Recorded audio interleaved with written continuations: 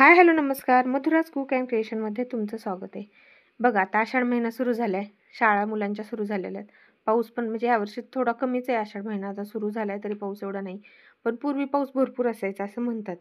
मग आपली संस्कृती पण किती छान आहे बघा. विशिष्ट काळात असे सण येतात की त्या सणाला ते पदार्थ आपण करतच असतो. म्हणजे त्या मागचंही काहीतरी शास्त्र असायचं की त्या टायमाला ते पदार्थ केले की ते आरोग्यासाठी चांगलं म्हणजे आरोग्य चांगलं राहण्यासाठी मदत होत होती. म्हणजे विशिष्ट महिन्यात असे सण असायचे की त्यावेळेस ते पदार्थ केले जात होते आणि त्यामुळे आपली संस्कृती आपण जपायला पाहिजे. त्यामागचे कारणे हे आपल्या चांगल्यासाठीच होते ना. आता बघा ना, आषाढ महिन्यात आपण कापण्या, घारी, त्याच्यानंतर तिखट पुऱ्या, गोड पुऱ्या अशा करत असतो.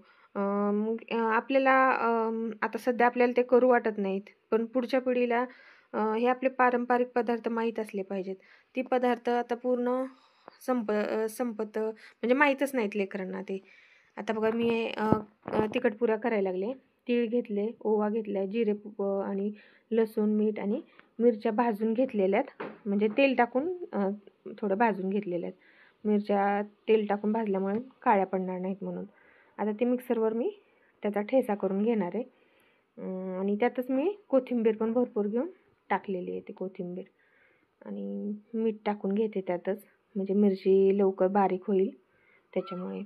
आता ह्याच्यात मी हे ठेचा करून घेणार आहे आणि जिरे दुसऱ्या छोट्या भांड्यात करून घेणार आहे. आता बघा मी इथे गव्हाचं पीठ जास्त घेतले. ह्याच वाटीने मी 6-7 वाट्या घेतलेल्या आहे आणि 1 वाटी आता ह्याच वाटीचं एकच माप मी ठेवले. 1 वाटी बेसन पीठ घेतलेले. बेसन पीठ कमीच घ्यायचं आणि ज्वारीचं पीठ पण कमीच घ्यायचं. ज्वारीचं पीठ जर जास्त झालं तर आपल्या पुऱ्या फुगल्या तरी अशा जाड होतात, म्हणजे भाकरीच्या सारखं होतात. म्हणजे बघा भाकरीला पापुंद्रा आल्यानंतर वर पापुंद्रा येतो, पण खालची बाजू अशी जाड असते. तसं होतं, पण तसं होऊ नये. एकदम असे लवचिक व्हाव्यात. दोन्ही जाडीला सारखं असावं, म्हणजे खालचा भाग पण आणि वर फुगलेला पण. त्यामुळे ज्वारीचं पीठ थोडंसं कमीच घ्यायचं.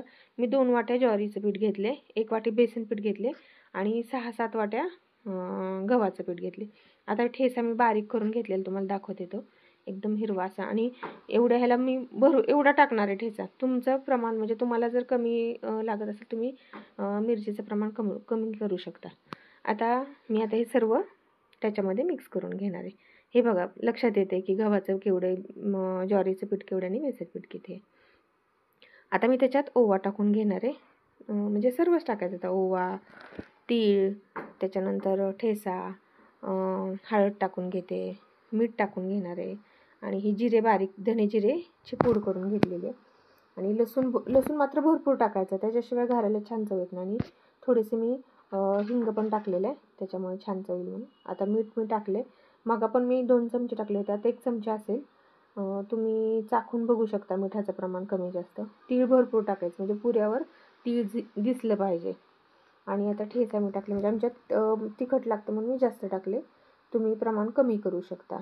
पण कसं आहे माहिती आहे का, तिखट पुऱ्या म्हणल्यानंतर असं तिखट भरपूर असल्याशिवाय छान लागत नाहीत. तुम्ही बघा तिखट खाऊन खूप छान लागतं. जास्त जेवढं तिखट तुम्ही टाकसाल तेवढं. आता हे सर्व मिक्स करून घेणार आहे मी पूर्ण. असं कुठं असं म्हणजे राहू नये, सगळं मिक्स पिठात झालं पाहिजे असं चोळून घ्यायचं. आता हे पदार्थ बघा, आता आपण हे जर आपण असं करत राहिलो घरी, म्हणजे करायलाच पाहिजे हे, तरच पुढं लेकरांना आपल्या पदार्थ माहीत राहणार की बाबा आषाढ महिन्यात हे पदार्थ केले पाहिजे. तर नाहीतर नाही त्यांच्या लक्षात येणार. मग माझ्या जर मताला तुम्ही सहमत असाल तर माझ्या ह्या व्हिडिओच्या खाली तुम्ही कमेंटमध्ये श्री स्वामी समर्थ लिहा आणि लाईक करा. आता बघा मी हे पूर्ण पाणी टाकून आता त्याचा आपल्या कणकीचा गोळा करतो तसं गोळा करून घेणार आहे. असं छान गोळा तयार करून झाला. एकदम घट्ट नाही करायचा, आपल्याला लाटता येईल असं मऊ ठेवायचा. एकदम पातळ पण नाही करायचं.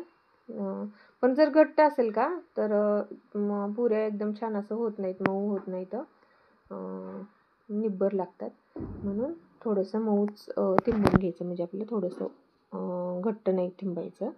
त्याचे मी एवढे आपल्या चपातीच्या उंड्यापेक्षा थोडासा मोठा किंवा आपण भाकरीचा उंडा घेतो तेवढा उंडा घ्यायचा आणि पोळपाटाला थोडंसं मी पीठ कणिक लावून लाटून घेते. एकदम जाड पण नाही ठेवायचं, जाड पण पुऱ्या छान वाटत नाही आणि पातळ पण करायचे नाहीत. पातळ केल्या की ते फुगत नाही तर आणि जास्त जाड पण ठेवायचे नाहीत.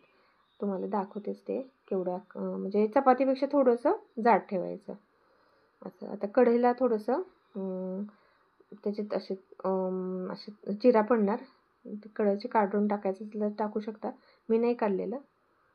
आता पहा असं लाटून घ्यायचं आणि त्याचे मी वाटीने त्याचे गोल गोल मी पुऱ्या तयार केलेल्या आहेत.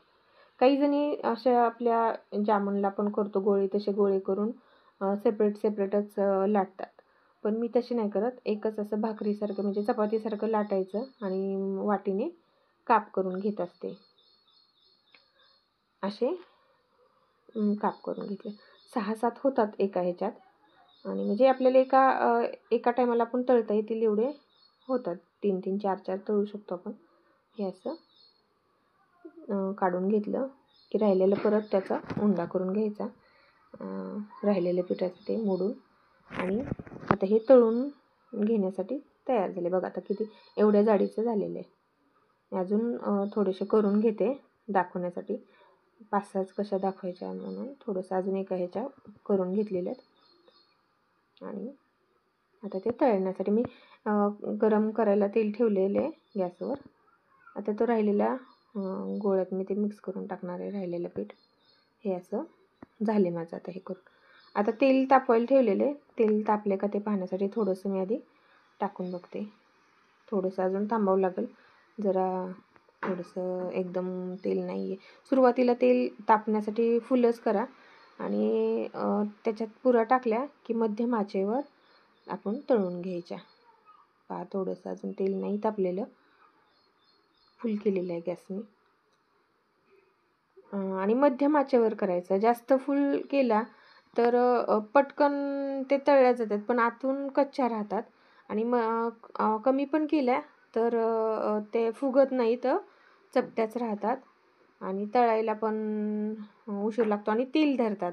जर आपण कमी मंद आचेवर जर ठेवला तळायला तर तेल धरतात. त्याच्यामुळे एकदम अशा मध्यम आचेवर तळून घ्यायच्या म्हणजे छान तळल्या जातात.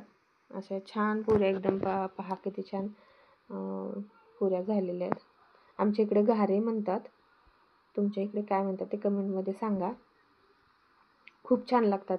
म्हणजे असं बघा ट्रिपला किंवा जर आता पावसाळ्यात जातातच ट्रिपला ते मुलांच्या किंवा आपणही जातो त्यावेळेस कसं असं तळलेलं ते छान पण लागतं आणि जास्त दिवस राहतात. 5-6 दिवस आरामात राहतात ह्या पुऱ्या.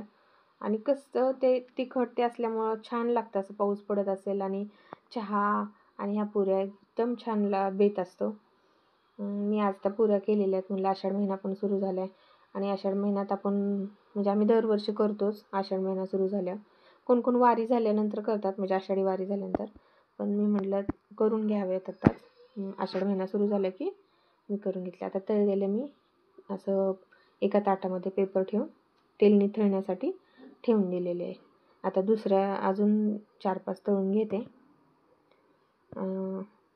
एकदम छान झाले होते, चवीला पण खूप छान झाले होते. अशा तळून घ्यायच्या आणि मध्यम आचेवर तळून घ्यायच्या. तुम्हाला पण आवडतात का घाऱ्या? आणि तुमच्या इकडं काय म्हणतात, घाऱ्या म्हणतात का तिखट पुऱ्या म्हणतात ते मला कमेंटमध्ये सांगा. मला कसं अशा म्हणजे ह्या अशा घाऱ्या दरवर्षी अशा तळायला लागल्या ना, मला लहानपणीची आठवण येते की आमचं एकत्र कुटुंबामध्ये राहिलेले आहे मी. त्याच्यामुळे मग आता सकाळचा स्वयंपाक माझ्या चुलतीकडे असायचा. मग हे घाऱ्या ते सकाळी असायच्या. मग जर सुट्टी असेल त्या दिवशी केलेला असायचा हा बेत.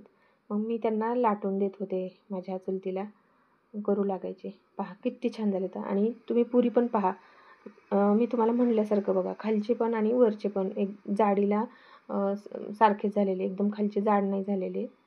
पहा किती छान झालेले आहेत आणि एकदम असं खुसखुशीत झालेले आहेत पुऱ्या. माझ्या चॅनलला लाईक करा, शेअर करा आणि सबस्क्राईब करा. अशा पद्धतीने करून बघा. धन्यवाद.